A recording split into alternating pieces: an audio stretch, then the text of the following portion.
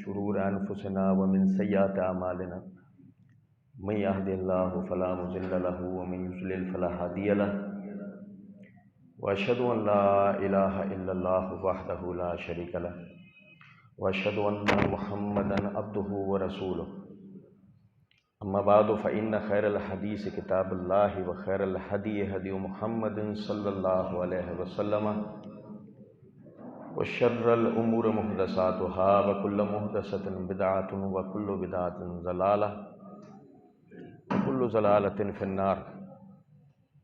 أعوذ بالله السميع العليم من الشيطان الرجيم من حمده ونفخه ونفثه. بسم الله الرحمن الرحيم. قال الله تبارك وتعالى محمد رسول الله والذين معه اشداء علی الکفار الرحماء بینہم. اللہم صلی علی محمد وعلی آل محمد کما صلیت علی ابراہیم وعلی آل ابراہیم انک حمید مجید. اللہم بارک علی محمد وعلی آل محمد کما بارکت علی ابراہیم وعلی آل ابراہیم انک حمید مجید. رب اشرح لی صدری ویسر لی امری واحلل عقدۃ من لسانی یفقہوا قولی. آپ احباب سے یہ درخواست ہے کہ یہ گزارشات کے دوران میں آپ لوگوں سے آپ کی بیداری مغز کے لیے اور مجلس کی حضوری کے لیے سوالات کروں گا. آپ نے اس کے جوابات دینے ہیں بغیر کسی شرمائے ہیزیٹیشن کے. یہ اگر آپ جوابات دیں گے تو اس کا فائدہ یہ ہوگا کہ مجھے پتہ لگے گا کہ آپ بات سمجھ رہے ہیں یا نہیں، اور خود آپ کو بھی گفتگو سے کچھ دلچسپی یہ برقرار رہے گی. آپ حضرات یہ ایمان رکھتے ہوں گے انشاءاللہ کہ اللہ رب العزت عالم الغیب ہے. جس کا یہ ایمان نہیں ہے وہ ہاتھ کھڑے کریں.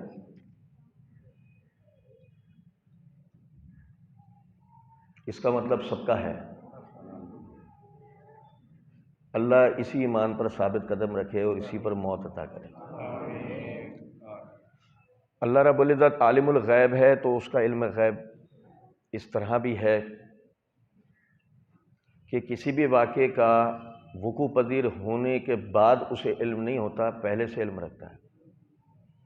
ہر واقعے کے وقوع سے پہلے اللہ رب العزت جانتے ہیں کہ یہ واقعہ اس طرح ہوگا، یہ شخص ایسے کرے گا. ایسا ہی ہے یا میں غلط کہہ رہا ہوں؟ ایسے ہی ہے نا بھائی جان؟ اچھا، پھر ہم سب کا یہ ایمان ہے کہ اللہ رب العزت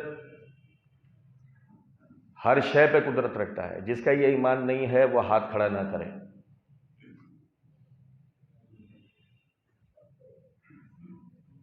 یہ خبرداری کی علامت ہے، غور سے سننے کی علامت ہے.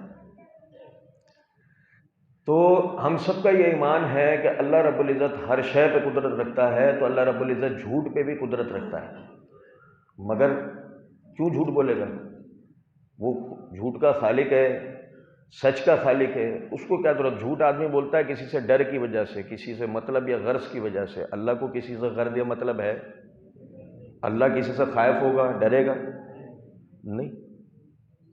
وہ جھوٹ بھی نہیں بولتا. یہی وجہ ہے ہم پڑھتے ہیں وَمَنْ أَصْدَقُ مِنَ اللَّهِ قِيلًا. اللہ سے زیادہ بات کا سچا کون ہے؟ ایسے ہی ہے نا. اچھا، اب سمجھیں ذرا اس بات کو. اللہ رب العزت نے فرمایا محمد الرسول اللہ صلی اللہ علیہ وسلم کہ محمد اللہ کے رسول ہیں صلی اللہ علیہ وسلم. تو یہ اللہ نے صحیح کہا ہے. کیا محمد اللہ کے رسول ہیں صلی اللہ علیہ وسلم؟ کیا یہ ہمارا ایمان ہے؟ ہم سب کا ہے؟ بالکل ٹھیک. فرمایا والذین معہ، اور وہ جو ان کے ساتھ ہیں. وہ جو ان کے ساتھ ہیں. اشداء علی الکفار، وہ کفار پر سخت ترین ہیں، وہ کفار پر سخت ترین ہیں. رحماء بینہم، وہ آپس میں ایک دوسرے پر رحم کرنے والے، محبت کرنے والے ہیں. یہ کون کہہ رہا ہے؟ جس کے لیے تھوڑی دیر پہلے آپ سب یہ کہہ رہے تھے کہ وہ عالم الغیب ہے، کسی بھی واقعے کے ہونے سے پہلے وہ جانتا ہے کہ یہ واقعہ ہوگا. یہ آپ لوگوں نے ہی کہا تھا نا اس کے لیے، اور آپ ہی لوگوں نے ابھی یہ بات کہی تھی کہ اس سے زیادہ سچا کوئی نہیں ہے. آپ لوگوں نے ہی کہا تھا نا. اسی اللہ نے یہ بات کہی ہے، والذین معہ، وہ محمد جن کی رسالت کی آپ تصدیق کرتے ہیں، ان کے ساتھ جو حضرات ہیں، ان کی صفات یہ ہیں کہ وہ کفار کے لیے سخت ترین ہیں اور آپس میں ایک دوسرے کے لیے رحم دل ہیں. کیا اب آپ کا اس پر ایمان ہے یا نہیں؟ بتائیں. نہیں، سوچ لو، یہ ابھی آپ بھول جاؤ گے تھوڑی دیر بعد. آپ کا اس پہ ایمان ہے؟ بالکل صحیح ہے. تھوڑی دیر بعد بھول نہیں جانا، پھر میں یہی یاد دلاؤں گا. ٹھیک ہے. اب یہ بات غور طلب ہے کہ جمل کا حادثہ ہوگا یا نہیں؟ صفین کا حادثہ ہوگا، صحیح. یہ ہونے کے بعد اللہ کے علم میں آئے گا یا ہونے سے پہلے اللہ جانتا تھا؟ پہلے جانتا تھا. تو جب جمل اور صفین کا واقعہ ہونے سے پہلے اللہ رب العزت جانتے تھے کہ یہ واقعہ ہوگا، تو بتائیں کہ انہوں نے کہا کہ صحابہ کفار کے لیے سختی رکھتے ہیں، آپس میں تو رحم دل ہیں، اور ہم کہہ رہے ہیں کہ انہوں نے ایک دوسرے کو قتل و غارت کر دی. تو بتائیں اللہ سچا ہے یا ہم؟ تو پھر ہم جھوٹ بول رہے ہیں. جھوٹ پر کسی عقیدے کی بنیاد رکھی جا سکتی ہے، جھوٹ کا بیان کیا جا سکتا ہے، جھوٹ کی نشر و اشاعت کی جا سکتی ہے. اب صرف معاملہ تذبذب کا رہ جاتا ہے کہ آدمی کہتا ہے کہ ٹھیک ہے، راویوں نے جو واقعات بیان کیے ہیں تواریخ میں، ان کی حیثیت چونکہ ہم نہیں جانتے تو کیا کریں؟ تو ہمیشہ سے اسلاف یہ بات کہتے آئے، خاموش رہو اگر نہیں جانتے ہو تو. اسی لیے کہا ہے مشاجرات صحابہ میں خاموشی ان لوگوں کو نہیں کہا ہے، ان لوگوں کے لیے نہیں کہا ہے کہ جو دلائل سے واقف ہیں، جو علماء ہیں. یہ ہم جیسے عامیوں کو کہا گیا ہے کہ جو دلائل سے واقف نہیں ہیں، انہیں کہا گیا کہ جب تمہیں نہیں پتا خاموش رہو. ہوگا یہ تم اللہ سے کفر کر جاؤ گے، تم قرآن کی آیات کو جھٹلا دو گے. راویوں کے حالات اور متون کی علل سے واقف نہ ہونے کے نتیجے میں، روایات کی تصحیح و تضعیف کو نہ جاننے کے نتیجے میں، ایک واقعے کے صحیح یا غلط ہونے کو نہ جاننے کے نتیجے میں تم ایسی بات زبان سے نکال دو گے جس کی وجہ سے اللہ کے ذمہ جھوٹ لازم آئے گا. نعوذ باللہ. تمہارا ایمان ضائع ہوگا. ہم نے کہا جی یہ مولوی باتوں کو چھپاتے ہیں. اور بھائی یہ باتوں کو چھپانا نہیں ہے، پہلے آپ باتوں کو سیکھنے کے قابل تو بنے. آپ باتوں کو سیکھنے کے قابل ہوئے نہیں. آپ کہہ رہے ہیں ہم باقاعدہ زانوئے تلمس طے نہیں کریں گے، ہمیں تو 5-5 10-10 منٹ کے ویڈیو کلپس دکھا دو اور اس کے بعد ہم اس امت کے سب سے مقدس گروہ کے لیے فیصلہ کریں گے کہ آیا وہ صحیح تھے یا غلط تھے. ہم فیصلہ کریں گے. یہ کوئی سمجھداری کی بات ہے؟ اچھا، اس کو ایک آخری اور طریقے سے دیکھ لیتے ہیں بات. جو ایران سے منطق آئی ہے، امپورٹ بائے ایران، ایرانی منطقیں اب ہمارے یہاں بہت آ گئی ہیں، سوشل میڈیا میں بہت چلتی ہیں. ایران سے منطق آئی کہ جی چونکہ ایک حق اور ایک باطل ہوتا ہے، ایک حق اور ایک کیا ہوتا ہے؟ باطل ہوتا ہے. تو صحابہ میں سے ایک فریق حق اور ایک باطل ہوگا نا. اب اس منطق کو جو صحیح سمجھتا ہے وہ ہاتھ کھڑا کرے. اب سب سمجھداری ساتھ اٹھائیں گے. سب خبردار رہیں گے، یعنی کچھ غلط نہیں ہو جائے ہم سے۔ ابھی اس منطق کو جو صحیح سمجھتا ہے وہ ہاتھ اٹھائے، چلیں۔ ہمیں جو حدیث سے پتہ لگتا ہے اس منطق کو لے کے صحابہ کرام رضوان اللہ علیہم اجمعین کے گروہ پر اس منطق کا اطلاق نہیں ہوگا، اس اصول کا اطلاق نہیں ہوگا۔ حدیث سے جو ہمیں پتہ لگتا ہے، صحیح حدیث سے پتہ لگتا ہے، بخاری مسلم کی حدیث سے پتہ لگتا ہے نا بھائی؟ بخاری مسلم کا رٹا بہت سیکھا ہوا ہے نا ہم نے۔ بخاری مسلم سے ہمیں پتہ لگتا ہے نبی اکرم صلی اللہ علیہ وسلم نے بنو قریظہ کی طرف لشکر کو روانہ کیا اور فرمایا عصر کی نماز بنو قریظہ پر پہنچ کر پڑھنا۔ حضرات علماء کرام تو جانتے ہیں بہت اچھی طرح، نماز کہاں پڑھنا؟ بنو قریظہ پر پہنچ کر پڑھنا۔ راستے میں نماز کا وقت ہو گیا، اب صحابہ کرام رضوان اللہ علیہم اجمعین وہ جو لشکر نبی صلی اللہ علیہ وسلم نے بھیجا تھا تعبیراتی اعتبار سے وہ دو گروہوں میں تقسیم ہو گیا۔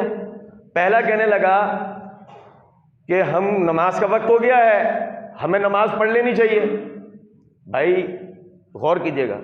دوسرا کہنے لگا کہ نبی صلی اللہ علیہ وسلم نے فرمایا کہ بنو قریظہ پر پہنچ کے نماز پڑھنا، تو ابھی ہم نہیں پڑھیں گے، اللہ کے رسول کی بات پہ عمل کرتے ہوئے وہاں جا کے نماز پڑھیں گے۔ اب دیکھیں ذرا غور کریں اس بات کے اوپر کہ جو گروہ کہہ رہا ہے کہ ہمیں یہی نماز پڑھ لینی چاہیے، وہ صحیح کہہ رہا ہے یا غلط؟ دیکھو آپ بعض غلط کہہ رہے ہیں، بعض صحیح کہہ رہے ہیں، اور آپ اپنی اپنی جگہ صحیح کہہ رہے ہیں، اس لیے کہ اللہ رب العزت نے فرمایا ان الصلاۃ کانت علی المؤمنین کتابا موقوتا، بے شک ہم نے نماز مومنوں پہ مقررہ وقت پہ فرض کی ہے۔ تو جو حضرات کہہ رہے ہیں ہم نماز کا وقت ہو گیا ہمیں نماز پڑھ لینی چاہیے، وہ قرآن کی آیت پہ عمل کر رہے ہیں، وہ دلیل پہ عمل کر رہے ہیں، ان کی دلیل صحیح ہے تو وہ صحیح ہے بھائی، اگر ان کی دلیل صحیح ہے تو وہ صحیح ہے۔ بات سمجھ گئے یہاں تک نہیں؟ اور جو حضرات کہہ رہے ہیں کہ نبی صلی اللہ علیہ وسلم نے فرمایا بنو قریظہ پہ پہنچ کر نماز پڑھنا، تو ہم اللہ کے رسول کی بات پر عمل کرتے ہوئے وہاں جا کے نماز پڑھیں گے، تو اللہ ہی نے فرمایا ہے ما آتاکم الرسول فخذوہ وما نہاکم عنہ فانتہوا، میرا رسول تمہیں جو دے اسے لے لو، جس چیز سے روکے اسے رک جاؤ۔ وہ بھی اللہ کی بات پہ عمل کر رہے ہیں نہیں کر رہے ہیں؟ وہ بھی دلیل پہ عمل کر رہے ہیں نہیں کر رہے ہیں؟ ان کے پاس بھی دلیل ہے، ان کے پاس بھی دلیل ہے۔ اب بتاؤ، آپ فیصلہ کرو، آپ کو بڑا شوق ہے فیصلے کا تو کرو فیصلہ، دونوں میں سے کون حق پر ہے؟ ثابت کیا ہوا؟ صحابہ کے لیے دونوں ہی فریق حق پر ہوتے ہیں، ثابت ہوا بھائی، صحیح حدیث سے ہوا۔ یہ فوراً جذباتی ہو گیا، ہمارا والا کہنے لگا یہ کیا بات ہوئی، ایک حق پہ ہوگا ایک باطل پہ ہوگا، اب کرو فیصلہ، کون حق پر ہے کون باطل پر ہے، اب کرو فیصلہ۔ صحابہ کرام رضوان اللہ علیہم اجمعین اپنے اجتہادات کے اندر سب کے سب حق پر ہیں، کوئی ان میں سے باطل پر نہیں، کم سے کم اس اعتبار سے تو بالکل بھی نہیں ہے ہم جیسا ایرا غیرہ نتو خیرہ ان کے اجتہادات پہ فیصلہ کرے گا، یہ کیسے ممکن ہے؟ نہ عقل تسلیم کرتی ہے نہ نقل تسلیم کرتی ہے اس بات کو۔ تو دو نصیحتیں ہم نے سمجھ لیں۔ پہلا، اگر جمل اور صفین میں صحابہ ایک دوسرے کو قتل کر کے غلط ہوتے ہیں نعوذ باللہ، اور وہ قتل و غارت ہوئی تھی، تو اللہ تعالیٰ نے یہ کیوں کہا کہ وہ تو آپس میں رحم دل ہیں؟ اس کا مطلب صحابہ میں کوئی قتل و غارت ہوئی نہیں۔ امام شعبی عامر بن شراحیل الشعبی رحمۃ اللہ علیہ، ان سے صحیح سند کے ساتھ مصنف ابن ابی شیبہ میں روایت موجود ہے کہ جمل میں اصحاب بدر میں سے 14 افراد بھی شریک نہیں ہوئے تھے، 14 افراد بھی۔ جو شخص اس بات کا دعوے دار ہو اسے میرے سامنے لے کر آؤ۔ 14 افراد بھی شریک نہیں ہوئے۔ ہم کہہ رہے ہزاروں لاکھوں صحابہ شہید ہو گئے، بے وجہ کا مبالغہ، ہزاروں لاکھوں صحابہ شہید ہو گئے۔ ہم کہہ رہے چھوڑو، تل کا شرط کاملہ، 10 گنواؤ، 10 گنواؤ ہمیں نا کہ کون 10 حضرات ان دونوں جو ہے حادثوں کے اندر جو ہے وہ شہید ہوئے۔ اس لیے لفاظیوں سے بچنا چاہیے۔ اگر آپ دلائل کی پیروی کرنے والے تو پہلے تو دلائل کی صلاحیت حاصل کریں، لیاقت حاصل کریں، جو آپ نہیں حاصل کر سکتے ہو علماء سے پوچھیں۔ آج ہم چلیں لگے ہاتھوں ایک تیسری بات بھی سمجھتے چلتے ہیں۔ آپ میں سے کسی کو پیٹ میں درد ہوا ہے؟ ہوا ہے؟ اچھا بتا ہی نہیں رہے، پتہ نہیں ہوتا ہے نہیں ہوتا ہے؟ ہوتا ہے نا پیٹ میں درد. میڈیکل سے دوا لے لیتے ہیں. یہ ہمارے ڈاکٹر ہونے کی علامت ہے. ہم دوا کس سے لیتے ہیں؟ جب ہی تو سمجھ میں آتا ہے جی میڈیکل سے ہم دوا لے لیتے ہیں، انجینئر سے دین لے لیتے ہیں. دوا دینا ڈاکٹر کا کام ہے اور دین سکھانا علماء کا کام ہے. یہی تو ہمارا مسئلہ ہے سب سے بڑا. باہر کے ممالک میں جائیں، میڈیکل سے دوا لے کے دکھائیں، وہ کہے گا پرسکرپشن لاؤ. کیا میرا لائسنس کینسل کروانا ہے؟ میڈیکل اسٹور والے کا کام دوا پرسکرپشن پہ دینا ہے، تجویز کرنا نہیں ہے. یہ ڈاکٹر کا کام ہے. تو بھائی میرے تو وہ تو ہماری ساری منطقیں الٹی ہیں. میڈیکل والے سے دوا لے رہے ہیں اور انجینئر سے دین سیکھ رہے ہیں. بس اس سے مشینیں صحیح کرواؤ، پتہ لگے مشین صحیح کر لے گا تو باقی انجینئر ہے، ورنہ ہم تو ہمیشہ سے کہتا ہے اڑی مارتا تھا، کوئی انجینئر نہیں ہے. اچھا سنیں بھائی، آپ کے پیٹ میں درد ہوا. پیٹ میں درد ایک قسم کا ہوتا ہے یا کئی اقسام کا ہوتا ہے؟ بھائی کئی اقسام کا ہوتا ہے نا. کوئی ایک آدھ درد ایسا ہے جس میں پھکیاں چلتی ہیں. بعض درد ایسے ہیں جس میں اگر پھکی کھا لی نا تو سب کچھ بند ہو جاتا ہے. کچھ بات آ رہی ہے سمجھ میں یا نہیں؟ تو غور طلب نکتہ ہے بھائی، پیٹ میں درد ہوا، میں ڈاکٹر کے پاس گیا، ڈاکٹر صاحب پیٹ میں درد ہو رہا ہے، ڈاکٹر صاحب نے چیک کرا، ڈاکٹر صاحب نے دوا دی، افاقہ نہیں ہوا. گھر آیا، گھر آنے کے بعد پنکھے سے پھندا بنا رہا ہے. بھائی کیا کر رہا ہے؟ خودکشی کر رہا ہوں. کیوں؟ میڈیکل سائنس سے ایمان اٹھ گیا، اب میں زندہ نہیں رہوں گا. ایسا ہوتا ہے؟ کیا ہوتا ہے؟ یہ ہوتا ہے کہ دوسرے ڈاکٹر کو جا کے چیک کرا دیتا ہے. دوسرے سے صحیح نہیں ہوتا تو تیسرے سے نہیں تو چوتھے. بھائی کیا ہوا؟ یار سندھ میں میرا علاج نہیں ہو سکا، پنجاب جا رہا ہوں. پنجاب میں علاج نہیں ہو سکا، سندھ جا رہا ہوں. پاکستان میں علاج نہیں ہو سکا، باہر جا رہے ہیں. ایسے ہی ہوتا ہے بھائی. ٹھیک ہے. اب دین کے معاملے میں دیکھیں ذرا، وہ میں گیا مولوی صاحب کے پاس، میں نے ان سے سوال کیا، وہ جواب ہی نہیں دے سکے. میرے کو کچھ نہیں آتا ان مولویوں کو. آئی سمجھ میں کچھ؟ ابے بھائی ایک سے تیرا مسئلہ نہیں ہوتا، تو دوسرے کے پاس جاتا، دوسرے سے نہیں ہوا تھا تیسرے کے پاس جاتا. جس طرح تو ایک ڈاکٹر سے صحیح ہو کے تو نے خودکشی نہیں کر لی، تو اسی طرح اپنے ایمان کو اپنی موت کیوں مار رہا ہے؟ یہ منطق بھی غلط ہے. اگر آپ کا ایک عالم سے تشفی نہیں ہوتی، دوسرے کے پاس جائیں، تیسرے کے پاس جائیں. اسی کو سیکھنا کہتے ہیں. آپ اسکول میں بھی پڑھتے تھے نا، کتنے پیریڈ ہوتے تھے؟ 7 8 ہوتے تھے. کبھی پوچھا اپنے پرنسپل سے؟ ایک ہی سے پڑھوا دو نا. ایک کے پاس بھی پڑھیں تو دوسرے سے بھی پڑھیں تو تیسرے سے بھی پڑھیں تو 7ویں سے بھی پڑھیں. ایک سے بھی پڑھوا دو، اور ایک ہی اسکول میں پڑھوا دو. اسکول بھی پڑھیں تو مڈل بھی پڑھیں تو ہائی بھی پڑھیں تو کالج بھی پڑھیں تو یونیورسٹی بھی پڑھیں. یہ سب بیکار باتیں ہیں، ان سے بچنا چاہیے. انسان سیکھنے اور سکھانے کے لیے پیدا کیا گیا ہے. اس کی زندگی سیکھنے سکھانے کے مراحل سے گزرتی ہے. اپنے آپ کو ہمیشہ طالب علم سمجھیں اور طالب علم کی حیثیت سے اپنی زندگی گزارتے رہیں. اللہ رب العزت سمجھنے اور عمل کرنے کی توفیق دے. کسی بھائی کے ذہن میں کوئی سوالات ہو تو